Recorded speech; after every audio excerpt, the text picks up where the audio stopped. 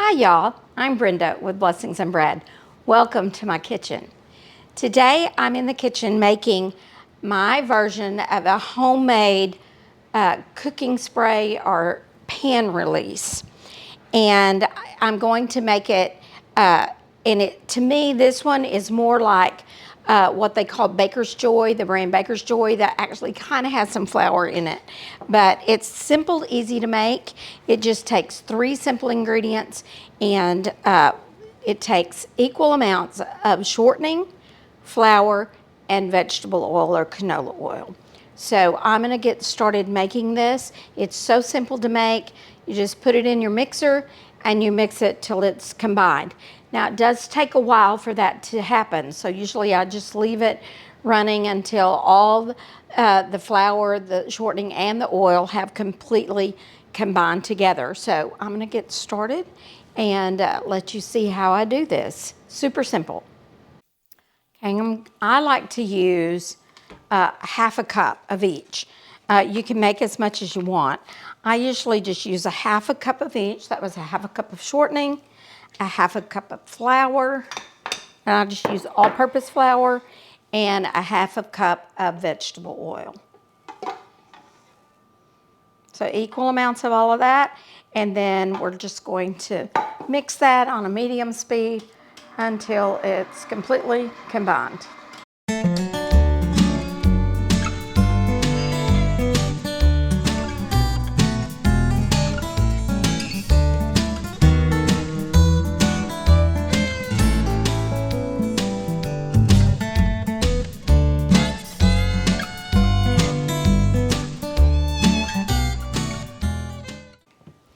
Now, it has been mixing for about 3 minutes, but it still, at this point, has little globs of Crisco in it. So I'm gonna keep mixing it till there are no more little bumps of Crisco in there. So we'll just keep on mixing.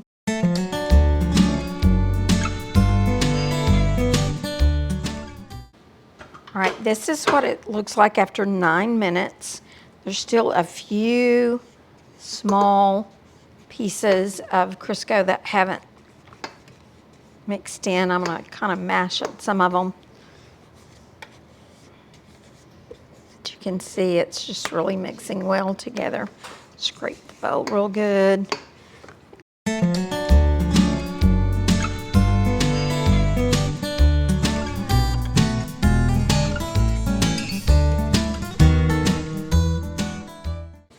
My homemade pan release has been blending or mixing in my mixer for about 15 minutes total. And there are still a few, maybe little bumps of Crisco in there or shortening, and I can kind of mash them a little bit and mix them in by hand maybe. But for the most part, you can see everything is completely mixed together.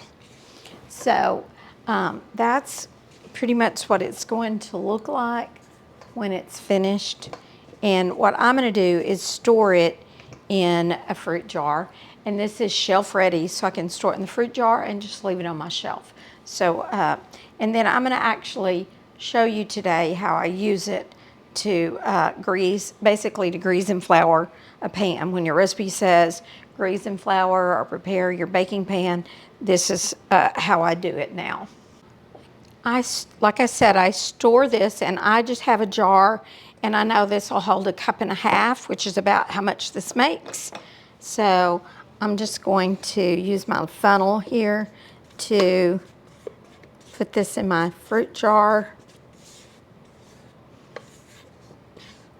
And then, like I said, I'm just able to keep this in the cabinet because all of the ingredients in this are shelf stable. Everything, nothing in this has to be refrigerated.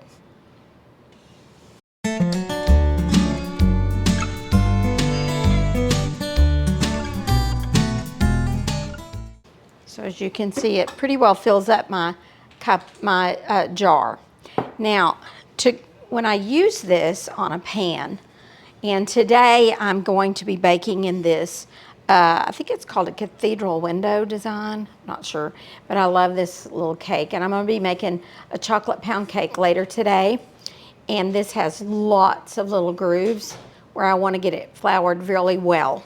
So this works perfect for that because I just take a pastry brush, and I used to try to use my silicone one, but I bought this one that's actually just a regular pastry brush, and that way I can get this down into all of those little grooves, and I just use my brush and put it all over it. And I have never had one of my cakes not come out of this pan beautifully when I use this. And so I'm just going to finish brushing this on because, like I said, I'm about to make a chocolate pound cake, and I am going to be making a video of that. So if you like chocolate pound cake, this is a super easy recipe that I'm going to make. So you might want to check out that video.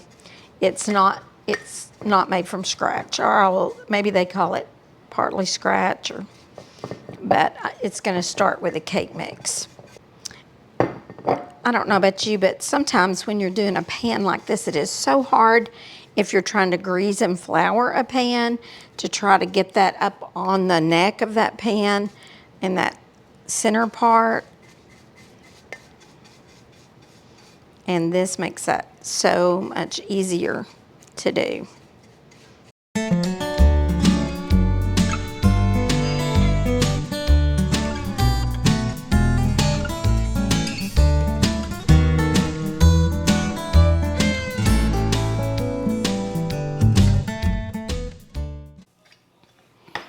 And then I just put my lid on it, and we store that in the shelf.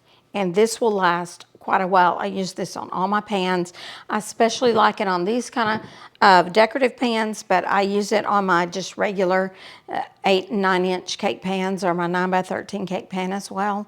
And it just makes it always come out without sticking. Almost, I don't know if I've had many to stick once I started using this. I hope that you find this little recipe very helpful, and I hope that if you enjoyed this video, you'll give it a thumbs up. I'd love for you to subscribe and come along with me on this journey. And don't forget, I'm also going to be adding a video on making that chocolate pound cake, so check that out, and I will see you the next time I'm in my kitchen, on my porch, or in my garden.